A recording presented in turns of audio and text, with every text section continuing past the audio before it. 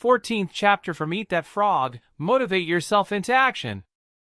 It is in the compelling zest of high adventure and of victory and of creative action that man finds his supreme joys. Antoine de Saint-Exupéry. To perform at your best, you must become your own personal cheerleader. You must develop a routine of coaching yourself and encouraging yourself to play at the top of your game. Most of your emotions, positive or negative, are determined by how you talk to yourself on a minute-to-minute basis. It is not what happens to you but the way that you interpret the things that are happening to you that determines how you feel. Your version of events largely determines whether these events motivate or demotivate you, whether they energize or de-energize you. To keep yourself motivated, you must resolve to become a complete optimist. You must decide to respond positively to the words, actions, and reactions of the people and situations around you.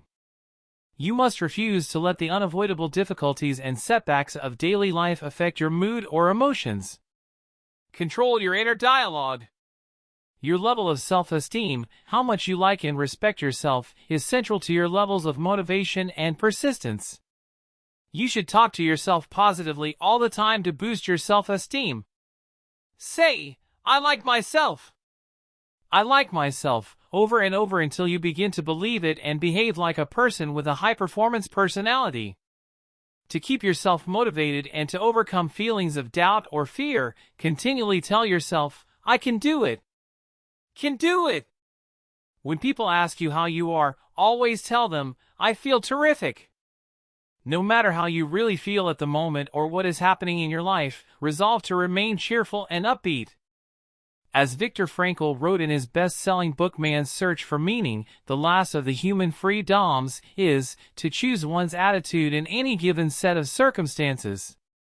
Refuse to complain about your problems. Keep them to yourself.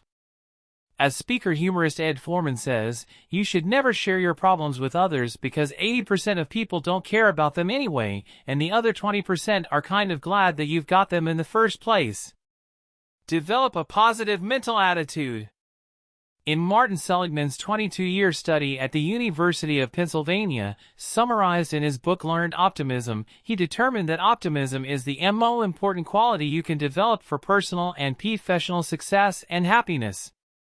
Optimistic people seem to be more effective in almost every area of life. It turns out that optimists have 4 special behaviors, all learned through practice and repetition. First, optimists look for the good in every situation. No matter what goes wrong, they always look for something good or beneficial. And not surprisingly, they always seem to find it. Second, optimists always seek the valuable lesson in every setback or difficulty. They believe that difficulties come not to obstruct but to instruct. They believe that each setback or obstacle contains a valuable lesson they can learn and grow from, and they are determined to find it. Third, optimists always look for the solution to every problem. Instead of blaming or complaining when things go wrong, they become action-oriented. They ask questions like, "What's the solution? What can we do now? What's the next step?" Fourth, optimists think and talk continually about their goals. They think about what they want and how to get it.